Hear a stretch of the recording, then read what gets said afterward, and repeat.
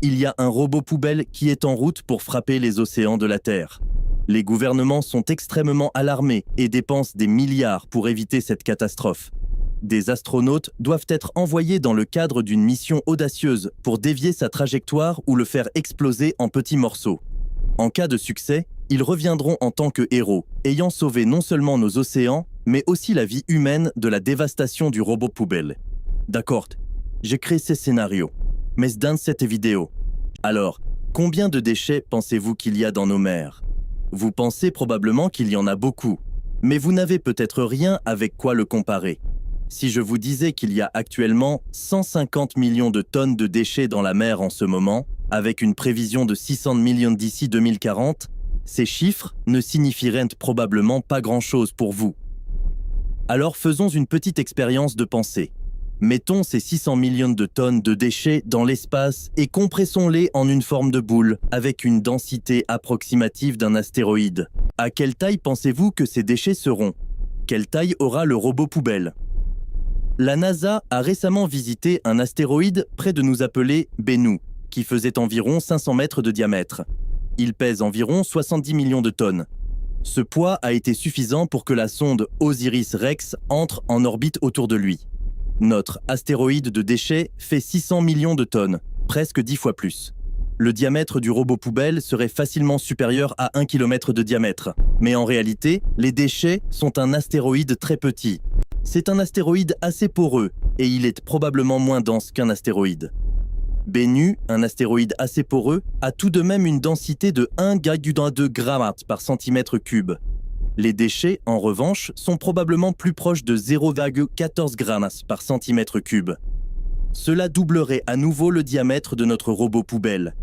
Imaginez seulement, l'humanité est en passe d'avoir collectivement jeté l'équivalent d'un astéroïde de plus de 2 km de diamètre. Pas des déchets totaux, notez bien. C'est ce qui finira par se retrouver dans nos océans. Un astéroïde de cette taille serait suffisant pour causer de réels dégâts s'il nous frappait. Pour vous donner une idée, l'impact serait d'environ 20 000 mégatonnes, 1 million de fois plus puissant que la bombe atomique d'Hiroshima.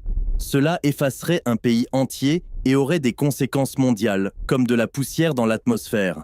Un tel événement serait remarqué partout dans le monde. Cependant, ces déchets nous frappent effectivement d'autres manières, moins évidentes. La santé des océans est préoccupante, la vie marine souffre et les microplastiques se frayent un chemin à travers la chaîne alimentaire jusqu'à nos assiettes, empoisonnant lentement toute l'humanité. Malheureusement, il n'y a pas de solution dramatique comme envoyer des astronautes dans l'espace pour les faire exploser. C'est pourquoi des centaines de créateurs YouTube se mobilisent pour sensibiliser et diriger les gens vers teamseas.org. Teamseas et CDD, teamseas.org. Ils essaient de retirer 30 millions de livres de déchets des océans, mais ils ont besoin de votre aide pour collecter 30 millions de dollars.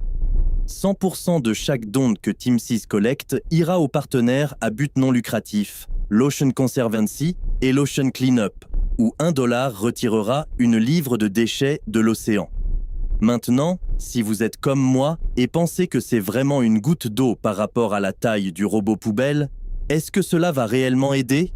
Après y avoir réfléchi, j'ai réalisé que, en participant à quelque chose comme cela, même si ce n'est que pour sensibiliser et mettre la pression sur les gouvernements pour prendre ce problème plus au sérieux, cela reste, à mon avis, une cause valable. Parce que, avec un peu de chance, cela se transformera en quelque chose de beaucoup plus grand. Et même si cela semble désespéré maintenant, il faut bien commencer quelque part. Car qui voudra nager dans l'océan s'il y a de plus en plus de déchets qui s'échouent sur les plages?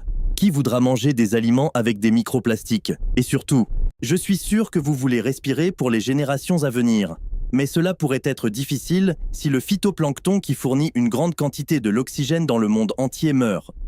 En fait, à ce rythme, d'ici 2050, nous aurons plus de poids de déchets dans la mer que de poissons. Laissez cela pénétrer. Si vous ne me croyez pas, pour cette vidéo, je me suis également associé à Magellan TV, qui propose un documentaire fascinant intitulé « Plastic, the Real Sea Monster », qui traite du plastique dans l'océan. Il va en détail. C'est un documentaire sur les effets qu'il a sur la santé des océans.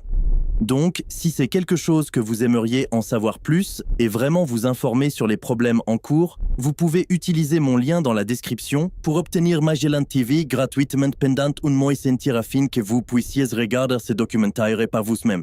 Et vous trouverez également le site web de Teams ci-dessous si faire un dont vous intéressez. J'espère que vous prendrez toutes ces lignes en considération.